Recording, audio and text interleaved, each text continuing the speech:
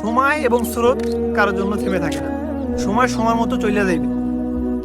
সময় ও স্রোত কিন্তু কারোর জন্য কখনোই থেমে থাকে না, সময় সময় মতো চলে যাইবে। কতটুকু ইমান, কতটুকু আমল নিয়ে ওই কবরে যাইতে পারলে ওইটাই মূলত মেন ফিকির, ওইটাই মূলত মেন। আপনি দেখেন ভাইবেন যে সময়, প্রতিটা সময়।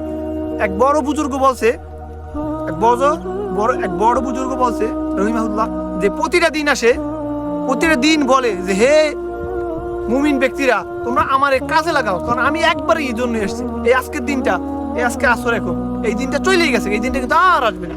এই জন্য প্রতিটা সময়, প্রতিটা দিন কাজে লাগাইতে হইবে, প্রতিটা সময় কাজে লাগাইতে হইবে, প্রতিটা সময়, প্রতিটা সময়, প্রতিটা সেকেন্ড কাজে লাগাইতে হবে। ওই আখিরাতে আমি কি পাঠাইলাম এটা আমার প্রতিনিয়ত আমার কাজে লাগান লাগে। আমি প্রতিনিয়ত আপনাদের বললে যাই, আমি আরো বললে যাম ইনশাআল্লাহ, আমার যতদিন আল্লাহ রাব্বুল আলামিন হায়াতে বাঁচাই রাখে, আমি আপনাদের প্রতিনিয়ত বললে যাম গা ইনশাআল্লাহ। একজন মানুষ হলে একজন মানুষ আমল করবেন ইনশাআল্লাহ, আমলেই শ্রেষ্ঠ।